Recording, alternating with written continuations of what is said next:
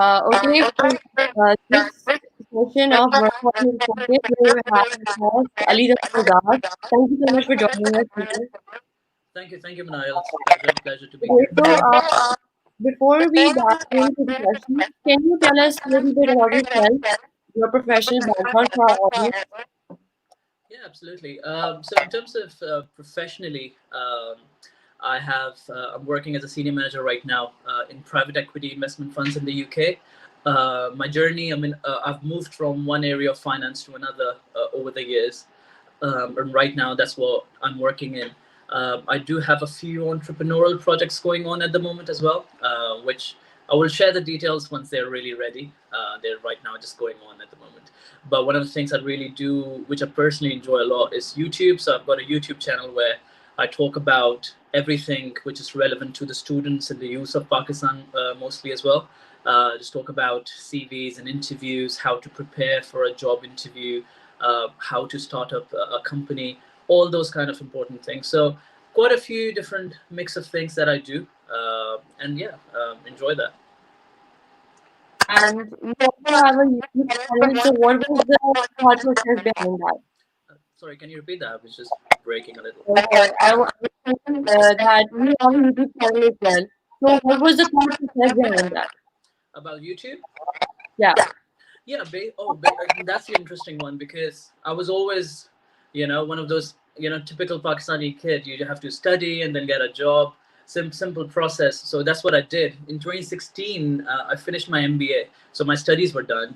And by 2017, I think my job was in a pretty decent position where I was earning decent money that I could just, buy stuff and go on holidays and travel.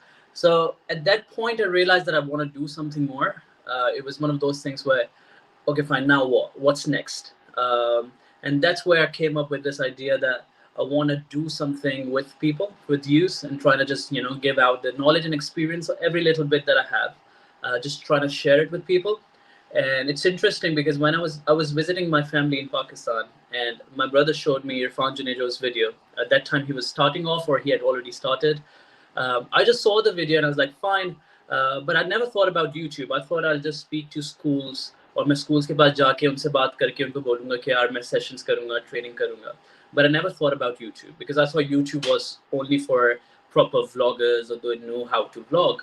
But when I saw Irfan Junejo's videos, and that's one of the best things about Irfan Junejo's, and I'm sure people will agree with me that when you watch his videos, no matter how amazing they are, you as an individual can relate to him because especially I'm from a Karachi as well. He's a Karachi ka ladka too. So when you saw his video, you can say, you know what, I can do it too. Not as great as him, but it just basically allows you to make it possible that you can vlog and make YouTube videos. So then I just bought a camera, went on YouTube, watched all the videos that I possibly could on how to edit, and that's it. And I just started off, and then I've been making a lot of videos ever since. And those videos are very interesting as well. So, one of the first questions is, how can people network effectively? Networking, you know what, people take networking as like a job. It's a big task. People don't realize that networking is just about you being a good person at the end of the day, because you create your network with your daily interactions, right? So if you're in school, let's suppose, and if you're a good person, you're fun to be with, and you are helpful as well, just a normal good person, people around you are going to like you, so you will create those contacts. But if you're not friendly, if you're not helpful, if you're not kind, people will go away from you, so you're not developing those contacts. So when you go from school to college, universities, and your jobs, you keep building up contacts when you meet people every day. So you've got to make sure as part of your networking that you are really kind and helpful and develop those connections. And one of the most important things, especially for anyone who is in the professional field, LinkedIn. I mean, I do speak to a lot of people, and I'm like, they're looking for jobs, and I'm surprised to find out that they're not on LinkedIn. Or if they are on LinkedIn, they've just created a profile, but they don't connect with anyone. LinkedIn is just like Facebook or Instagram. You got to be active on it. So you got to reach out to people in your industry, just search different companies, trying to connect with them. And one of the best ways to do that is whichever field you're in. Let's suppose you're in finance, so search for the audit firms or accounting firms in your city or in your country. So you come up with EY, PwC, or whatever. You search that company on LinkedIn, and you will be able to see all the people who work there. So trying to connect with them. And I think, especially here in the UK, people do appreciate that when they are reached out and they want to connect professionally. So that's one of the really important things, that you have a good active presence on LinkedIn and you're connected. That's how you develop your network, and it's keep building, and it's really helpful. It's one of the most important things. I think that's important. LinkedIn is very important. Our next question is, how can a person make the most out of their skills? Most out of the strengths. You know what? It's just, I've realized one thing, that the most that you succeed and the most that you learn is by executing. Because I do meet a lot of people, they say, oh, I know this, I know that, but eventually they're not on the ground actually doing the work. They keep saying, oh, I don't have enough money or I don't have enough resources, but those are all excuses. जब तक आप actually ground पे होके काम नहीं कर रहे होंगे, आपका ना skills enhance होंगे, neither you're going to succeed, neither you're going to grow. और contacts भी जब भी बनते हैं. So when you're really out there on the field, and I'm sure this is what Work Hall is doing amazingly well, by the way, that you're creating that community. So if you're coming to Work Hall, you're meeting so many different people from different backgrounds, आपकी networking अच्छी हो गई. But if you're sitting back at home, आपकी जो strengths है वो आपके अंदर ही रहेंगी, उसका कोई काम नहीं आएगा. So it's very important, no matter what you think of yourself. Some people would have strengths, some people would not. But go out there, execute your ideas, and it will do wonders. So it will be really great. I personally would prefer a person with low skills and strengths, but who executes and put in all 100% effort, than a person who is really strong and has a lot of skills, but just sits back and doesn't really care about the effort. So that's the way to go about it, really. And the next question is, how can a person with their CV stand out? CV. Yes, I think I made a video on it too, and I think it's one of the things. I won't go into the generics of it because everybody knows the basic tips. We can always talk about more detail later, but I think one of the things that you can definitely do to make your CV stand out is, people will be surprised to know, because people make this mistake a lot. You need to have a different CV for every different job that you apply for. So if you're applying in 10 different companies, you need to have 10 different CVs. You can't make one CV and just apply everywhere. I'll tell you the reason why. What happens is, when you're looking at the CV, right? A CV comes to me and I'm looking at it. I only have like a few minutes to really skim through it. I'm not going to spend too much time reading into what are you doing, what the description is. I really want to be able to see the main areas and make up my mind that, you know what, I'm going to interview this guy. So what you have to make sure is, you have to go into the job description of whichever job you're applying for, and you have to have your basic CV with your experience and qualification, and take up the keywords from their job description on the website. So let's suppose, I'll give you an example, that if they use the word weekly sales report, right? Even if you don't do it, but you do some sort of reporting, you want to take up that keyword of weekly sales report, and you want to put it up in your job description on your CV. What that will do is, you'll be able to see it. The person who's reading it, they'll be saying, oh, weekly sales report. Yeah, that's what we do. Okay, fine. So this person has that experience too. So that will increase your chances of getting a call for the interview. So that's one of the things that people don't do. And I would highly, highly recommend for whoever is out there applying for jobs, that for every job, update your CV accordingly, and that will definitely increase your chances of getting a job. And the next question is, what do you think the best job search strategy? Job search strategy. I think that, I would say there are two different things. And one thing is, job search is all about probability. Probability is, the higher number of applications that you've sent out, the higher chances. अगर आप 1000 companies में apply करेंगे, तो आपके chances job मिलने के 1000 गुना है. अगर आप सिर्फ 10 कंपनीज में करेंगे, so that's 10. So it's a simple logic, right? So what a lot of people do is, they just apply to few places and not a lot of places. What I suggest is, apply to as many places as you can. And what's one of the things that people don't do, again, LinkedIn comes into this situation. तो अगर आप finance में हैं, पाकिस्तान में कहीं पे भी हैं, you can connect with people in your industry throughout the world, and try to do that. And one of the strategies that I give is, आपकी जो भी field है, आप graphic designer हैं, look for design agencies in your area. If you're in finance, look for audit firms or accounting firms in your area or anywhere you want to work. Look for that company on LinkedIn and connect with the employees of that company. Just send out a connect request, and if you're able to send a message, just send a nice polite message. Don't spam them, don't go crazy on them कि please, मेरे पास बहुत ज़्यादा messages आते हैं कि please मुझे job दे दें, मुझे ये कर दें, मुझे. It doesn't work like this. You have to just go out and say, can you please review my profile, and I'd highly appreciate if you can consider me for a role in your company. Just a polite professional message. Here in the UK, people really appreciate you reaching out to them like that. बात यह है कि I would honestly say majority of the people will say मेरे पास कोई role नहीं है, I'm not in charge of recruitment, and they won't say anything to you, they won't even reply. लेकिन आपकी probability बढ़ जाती है अगर आपका एक जगह पे भी click हो गया कि किसी ने देखा, oh yes we do need a graphic designer, oh yes we do need an accountant, they might refer you to their HR और वहाँ से interview होके बात आगे बढ़ सकती है. So that's one of the really good job searching strategies, which people can try, and it will definitely help them in finding the job that you're looking for. And recently, a lot of fresh graduates are looking for jobs. So one of their concerns was what are the best tips for job interviews? Job interviews. Oh yes, job interviews are, it's a make or break situation, right?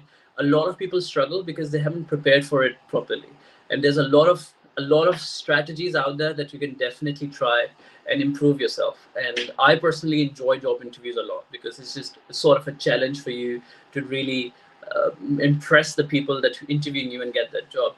See, the one of the most important thing in a job interview, I'll go with the basic because it's a very important topic, and I personally get a lot of questions too. One of the things in a job interview, I think the first and the most basic thing is know your CV. There's nothing worse than you being asked, what do you do in your current role? And you're not able to tell that. That's the biggest turn off ever, because if the person doesn't know what to do, you're not getting a job. So know your CV in and out completely. Second thing is prepare your answers. Stand in front of the mirror and prepare giving out answers. There's no point having all the knowledge, knowing your CV, knowing your role, if you can't really execute the answer. So it's really important for you to be able to go out there and practice. So if you don't have the confidence or communication skills are not that great, which is a normal common thing, don't worry about it. What you want to do is get a friend, get someone from your family who doesn't make fun of you, because that's the biggest problem, right? You get a friend, get into an interview, they're just laughing at you and then you're just not able to do anything. But it's very important that you get someone and prepare your answers. Third thing is that you want to make sure that you research about the company. It's really important. And the reason it's important is because it really goes to show how serious you are for the job. And I don't want people to just research about when was a company founded, how many offices do they have. That's the basic stuff. You have to go on LinkedIn and go on other social media platforms and try to read about them. I'll give you an example. There's one of the companies that I was interviewing for a few days back, and I realized that they're really big on charities. So they really support their charities, and on their social media pages, they were always talking about it. So that was something which really did stand out for them. And when I was in the interview, I did bring it up. I did say that this company is really supporting those charities, and I personally am quite on board, and I participate in fundraising for different charities as well. So I think when I join in, I will be finding that quite useful. For them, they can see that this guy has put an effort to research about us. So that goes to show that he's really serious and has an eye for detail. And one last tip for job interviews, and I think it's really important, it's play the man. I'm not sure if you watched Suits in Netflix. So that's what Harvey Specter says, play the man, right? And I think it's so important that people don't do that. People only research about the company, or they research about their CV or their job role, but they never research about the person who is interviewing them. Now, what you want to do, it's not about stalking. It's a bit different. So people don't have to take it wrong that you're not stalking the person. What you're trying to do is you're trying to find out basic information about the person who is going to interview you. Why? Because when you understand the person, you can give your answers accordingly, which they would like. because at the end of the day, at a job interview, you have to impress the person. They have to like you. If they don't like you, they won't offer you a job. So I'll give you an example that I knew some people that in a company which I was going to interview for, and I spoke to them about the people who are going to interview me, and they told me what they know about him. And I found out that he loves cricket. He's like crazy fanatic. He's a captain of his cricket, and he loves it. What I did simply, I did not do anything major. When I was in the interview, I just brought up cricket. I said I play cricket. I do play cricket, and even if I didn't, I say, oh yeah, I like cricket. What that does is that's not a deciding factor, but that will make the other person like me a little more because we have a common interest. So when you're going for your job interviews, go on LinkedIn, look at their profile, or speak to people. That's where networking is important, because if you know a lot of people, you'll know people in that company as well, and they will be able to tell you about the person who's going to interview you. So that really helps in order to prepare for the job interviews. And if you do those extra things, because there's like so many people interviewing. So if you do those extra things, the chances of you getting a job over other people goes up. So those are the few bits that people can definitely try. And there are a few commonly asked questions in interviews. Like people often are asked, "Where do you sell? Where do you see yourself in 5 years, 10 years?" And there's another question that's asked a lot: "What can you bring to the organization?" So how can fresh graduates especially answer that? Yeah. See, I mean, the thing is, with when they say what do you bring to this organization, it's really important to say understand what they're looking for. So you don't want to tell what will you bring. Forget about you. You want to think from their point of view. If they're asking you, what are they looking for you as a person? So if they are recruiting you as a fresh graduate, they're looking for someone who's going to stay with them because they're going to invest in you to train. So you tell them that I want to stay here. I have researched, I have friends who work here, and I know that the promotion strategy is quite good here. And if I put in my time and effort with all the dedication, I will be able to get promoted over the years and learn and become like a manager or whatever. What that shows for them is that yes, if I recruit this person, he's going to stay with us, get trained, and he's going to offer his services to us and not just going to leave us after like a year or two. So you have to understand which situation you're in, and again adjust your answers accordingly. So if somebody asks you what are you going to bring to the table, yes, you can talk about I've got this skill, I've done this, I've got, and I'm going to be that dedicated throughout to be able to do the job really well. So those are the kind of things. And one thing is very important: don't boast about things. Oh, I do this, I do that. No, whatever you say. Let's say I passed my ACCA exams in 3 years' time, which is a good achievement, right? So you say that I did that. So whatever you're telling them, that I communicate at a really good level, I communicate really effectively, don't say I communicate effectively. Back that up with an example. Say, when I was studying for my degree, I was part of the debating competition. So I used to regularly participate, and I used to give speeches and debate in front of hundreds of students. So that will basically really show that yes, this person has good communication skills. So whatever answer you give, make sure you back that up with something really concrete and solid so that the person can really trust whatever you say. And what do you think are the most important concepts and ideas to impart to people entering your field? My field. See, my field is accounting and finance. And in accounting and finance, one of the things which is very important, again, I'll come back to it, is networking. You need to know the right people. The more people that you know, the higher chances of going into it. Because if you have people working in different areas, they will tell you about any job vacancy that comes out. They will guide you. Because at the end of the day, you have to understand, as an individual, yes, you're strong. But when you have a lot more people with you, with their experiences and knowledge, you're much stronger. So make sure whichever field that you're trying to enter, you start developing contacts in there. Especially in Pakistan, I know how it works. You need to know the people in their respective areas. And internationally as well is always very helpful. So if you're coming into finance and accounting, yes, you're doing your degree or ACCA, whatever, do that in the best possible way, but definitely do your networking. It's key. It's very important to reach out to people. Even if you're in the university, start reaching out to people and make those contacts. One of the really big best ways is to get internships while you're studying. So when you get internships, you get there and you get a chance to impress the people. So when you graduate, If you've really impressed those people where you have interned, they will give you a job. So networking is key, and there are like a million different ways to network as a student. So that is key. Another thing that I will tell everyone out there, there is no replacement for skills and knowledge. If you're really good at what you do, there's nothing that can stop you. So if you're in finance and accounting or any other field, make sure when you're studying it, you become really good at it.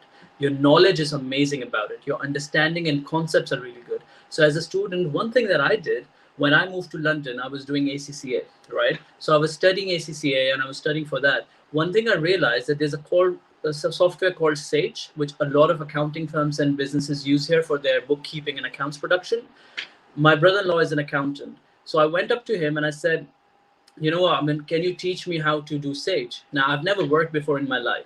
So he taught me the basics of how to use the software, and I put it on my CV. So when I applied for a job right after my ACCA, I got the job, and I found out later when I spoke to my manager that the job was given because although I was a fresh graduate, but they could see that I know how to use the main software, so they would have to train me less, and that's why they offered me an internship, and later I got a job with them. So it's like these are small things that really matter that you have to do. So make sure that you're networking really well, and secondly, make sure that your skills of IT, of using softwares, your knowledge of the world of finance, current affairs, what's going on in China, what's going with US, what's the tension between USA, coronavirus impact on companies and economies, know all of that. It really adds up and will really help you in this field. And how would you define success? Success, you know what, I mean, over the years in my life, I mean, you have different goals and ambitions. You're like, okay, fine, I want to do this, I want to do that. And one thing that you realize is once you achieve that goal, most people have something else in mind then. Okay, so it keeps going up. And when I was moving to London, I was doing ACCA. So I said, okay, fine, you know what, I have to get a decent job in London. That's my goal. So I finished my studies, and I got a good job, and I was earning good money. And as I said, but that's when I started YouTube, and I was like, what next? So that's not success. I think for me, success, most importantly, especially these days when I see things around, is just being happy, no matter what you do. You can have a farmer, वो अपने खेतों में farming करता है, और basic सी life है. There's nothing major about it. बहुत basic सी life है. If he's happy, then I'm sure he's more successful than a CEO who's unhappy, earning like millions. That's the whole idea. What's the point of doing all the hard work, earning that money, or having that fame if you're not happy at the end of the day? Because at the end of the day, आप सारा काम कुछ भी कर रहे होते हैं. आप किस लिए कर रहे होते हैं? To be happy. Do you work? You get up in the morning, you go there, you want to earn the money to have a good, comfortable, happy life. So आप जो कुछ भी करें, for everyone out there, it's very important. आप जो भी choose कर रहे हैं, especially जो young है, because right now they have the whole lot of options for them.